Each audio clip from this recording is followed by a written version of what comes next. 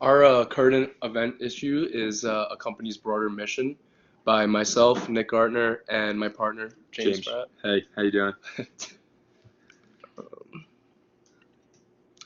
So the Business Roundtable, what it is a organization which is made up of 181 CEOs who gather in order to meet the following goals: providing customers with value in order to meet or exceed their expectations. Why would To they want to do that? Why would they want to meet or exceed their expectations? basically just to keep customers happy, right? Yeah, and I it would mean, also, if you meet those customer expectations, the company will grow. They'll start to talk about your company more, and people will kind of know that they treat their customers well, and it's not just let me get all the profit type of company. Okay. also to invest in their employees by providing them with proper training, education, but also to make sure that employees are satisfied with compensation and benefit policies. What might you think that satisfied customers may lead to? Basically, just like retention. If your customers are happy, they're likely to Be come loyal. back. Yeah, they're likely to be loyal and come back Well, how to does you. the customer and the employee, how do they interrelate? Well, I guess it's kind of like the same thing. So employees, if they're happy, they're likely to stay. And how does that With you. impact the customer? I think I meant employees when I Yeah. say customer, but But uh, if you have happy employees, how does that impact the customer? Because then those employees are going to work well, and that will get the customer happy if they Ah, do their job. okay. That's what I was getting at. Oh, okay. and then also to support communities by respecting the members and protecting the environment in order to generate long-term value for their shareholders.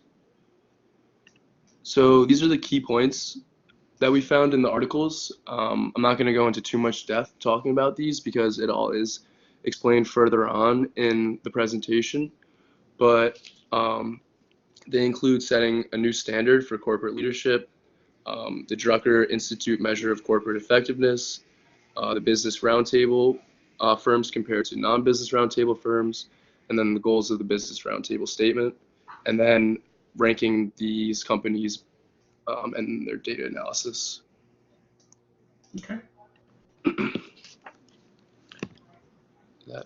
Yeah, I think All we're right. good now. So firms should shed light on providing shareholders with their value and supporting their communities. Instead of a company just showing what their product or service is, they should also let people know what impacts they're making in the communities and just, I guess, being more personable overall.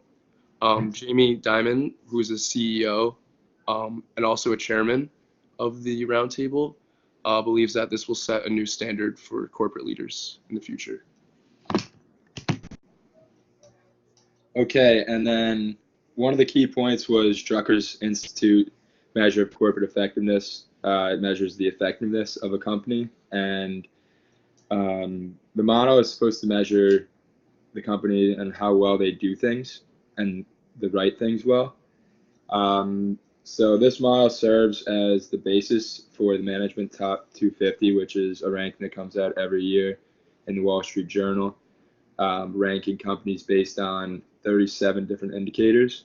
And these indicators are under 5 categories, and the categories are customer satisfaction, employee engagement, innovation, social responsibility, and financial strength. And they get a ranking out of 100 with a total.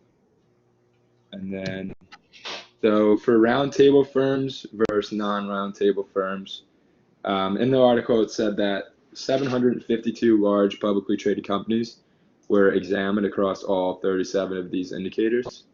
For what is the Drucker test, 137 of the Business Roundtable out of the 181 roundtable firms were actually examined and all scored in the top half within all of these 37 indicators.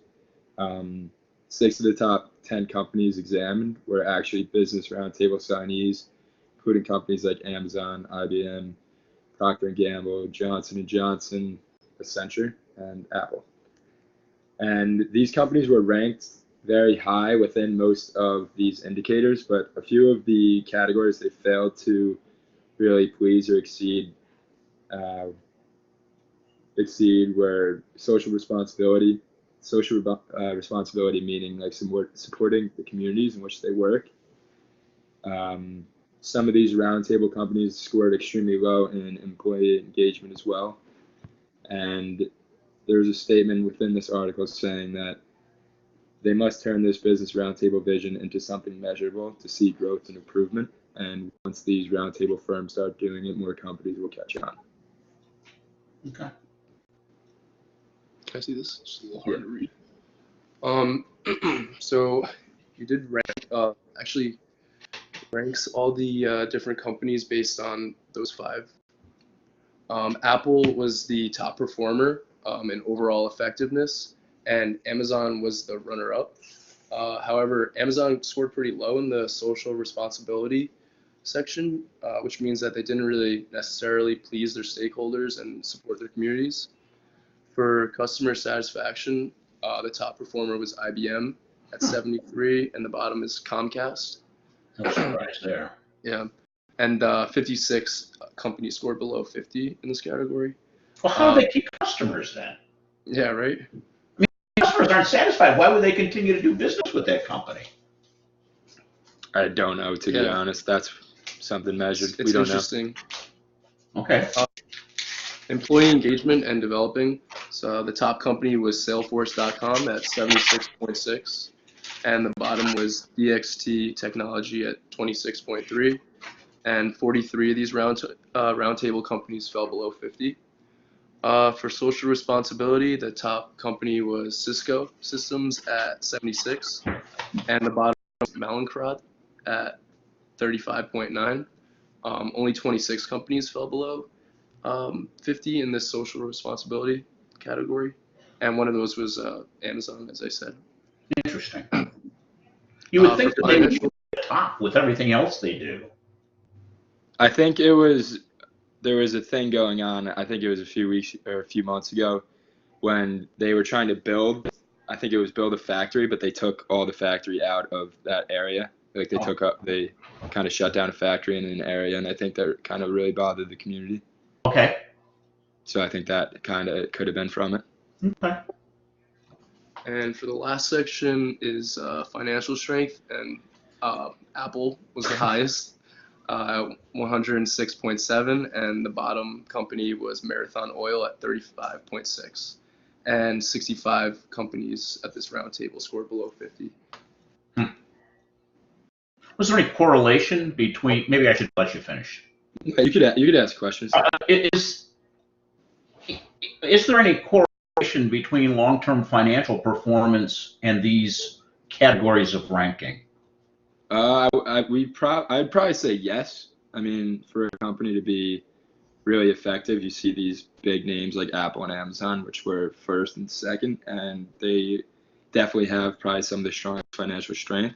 I know Apple scored 1, and I think if a company struggles financially, they can't really satisfy their customers to the best of their ability, and they can't really reach out to communities. And do you think there's? It seems logical to me to do this kind of stuff. I can see a long term. I think it fits with a lot of the stuff that those in management science have talked about. Why do you think CEOs might be reluctant to embrace this? Reluctant? Yeah, why wouldn't they jump on board? I could definitely see them not jumping on board because some of the companies that have hopped on board are actually really large, and it's not like a giant firm. I could see the company thinking that it's going to get lost. Okay. Really have the financial strength to say, put on like a charity event to like gain social responsibility, stuff like that. I think companies are reluctant for that reason. Okay. And yeah, so go to you got any more questions for that, or are we good? Keep going. Okay. So then one of the prompt questions you asked was, how does this affect how an organization acts? Number one, they definitely make a company act more responsibly. This also enforces better treatment to employees as well as the suppliers and shareholders. it also emphasized the mitigation of risk on certain projects a company is doing because they want to act socially responsible. And just like an example here would be, I guess, if they wanted to build a factory in a rainforest that is seeing deforestation, they would try to mitigate all risk they possibly could. So basically, it's a matter of balancing the short-term profitability versus the long-term benefit. Yeah, so the next thing that I said how it affects, I said makes a company multitask in regards to the risk and profits. Mm-hmm. So they kind of have to think, hey, is this going to really be worth it based on profits for the risk we're going to take? And they try to lower the risk and try to balance the profits with that. And then the last thing I said was it definitely just makes a company act more socially, economically, and politically responsible. Okay. Next one. Yeah, you can go to the next one. Another question was, why is it important to follow this trend? I think it's pretty. Wait, no, go to this one. Yeah. So another question was, why is it important to follow this trend? I thought it was plain and simple. It probably isn't as plain and simple as it seems to be, but how I thought about it, I said if a company does not really follow the current trends of this ever-evolving business world, it will definitely fall behind and get lost. Just based on this, it won't be able to recruit new employees if people actually care, because the way the trend's going. Would you use that as a decision? If you're thinking about your career, would you rather work for a socially responsible company? I think it would definitely be a decision. How much would you put in the percent? Would you make, given everything equal, you say you'd pick the socially responsible one? Everything equal, like how much you're getting paid and all that. Yeah, everything is equal. I would definitely probably go with socially responsible because then you can kind of say your company's not doing anything wrong instead of hurting others. Okay. Nick, what would you say? I think for me, it would be more based on how I'm treated as an employee. As a customer, I think I'm more likely to purchase products where the company does offer a social mission. Like say, I know Warby Parker. I did buy a pair of glasses from them. I thought it was pretty cool. They're cheap. But every time you buy a pair of glasses, they donate a pair, which I think is really cool. So I'm definitely, like, as a customer, I'm more likely to buy products that offer some sort of social mission. Okay. But as an employer, it's mainly based off of, I guess, the financial situation and also how I'm treated as an employee. Okay. So let's go back. Mr. Pratt? Yeah. How much, say that the socially responsible company paid 5% less, would you still go with them? It depends. I mean, I probably still would if it was, say it was like a thing, I don't know. 5%. Would you make a decision for 5%? Would you stay with the socially responsibility for 5%? Honestly, probably, yeah. Okay, 10%. No. Okay. And I think that was one for the Drucker test or whatever, the corporate measure of effectiveness. It kind of, the social responsibility part, I think, let me go back, it only had 7 indicators as opposed to like innovation, which had 11 indicators, so it didn't really go into effect as much. So I think it's kind of less of a percentage, and I think that makes the decision. Okay. Now, Nick, from a customer perspective, if you knew a company was socially responsible, and say, for example, something you bought came from fair labor, fair trade, and all that, would you pay 5% more? I think I would. I think so. Socks. Yeah. Socks. Socks? Yeah, socks. Would you pay 5% more if you knew socks were made in a safe factory when they weren't made by kids that are 4 years old? Yeah, 100%. Okay. Definitely. Yeah. How about 10%? Yes. Okay. Especially because it's socks. It's not going to be like a crazy increase in price.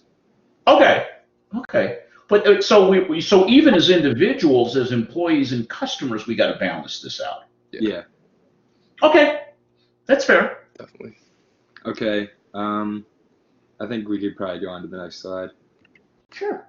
So the last question you asked us to think about was, what would the impact be on our futures Mm-hmm. as individuals? I think this actually has a very big impact on our futures. Being college students kind of looking for a job, I think this will help determine which companies are more attractive for my job search and for Nick's, I'm sure. So you might focus more on searching for the companies that are socially responsible as a starting. Not just socially responsible, but under all 5 of those categories. Like Okay. great financial Okay. treats employees well. I think I would definitely want to look into that company and try to work Okay. with it. I think this could also create more jobs, because I think if this whole evaluation of companies based on these indicators becomes like what the future is for measuring companies or evaluating companies, I think they're going to actually have to create jobs for people to actually do this. If it becomes like a main part of the industry, I think it would create more jobs for people. I think firms will also have to focus on doing the right thing as opposed to really just profiting, which I don't know which way it would affect the stock market or stock price of certain companies, but I think it would just alter it in a certain way. These companies would have to pay for more cost if they were doing things completely like perfect, which would be measured. And then I think more information will have to be disclosed about ethics of companies, and I think that can make a need for like a larger HR department to keep everything intact and kind of. But then if you can, that would essentially result in having employees staying around longer. Yeah. So you have lower cost because you're not constantly replacing employees. Okay. Would that make sense? Or am I running too fast? I think that makes sense. I don't know how immediately that would happen, but it would, if it became, I'd say, our future in like 30 years, I think I could definitely see that happening. Okay. Yeah, because you'd almost have to, if you think about it, if you can recruit people and keep them, you don't need to spend as much money long term hiring people, training them, and getting them into a productive state. Yeah. Okay. I'd buy that. And do you have any more questions? I think that was our last slide. Oh, okay. Anything? What did you learn from doing this? I was pretty interested in like this type of deal. That's why you assigned this topic to us. Yeah.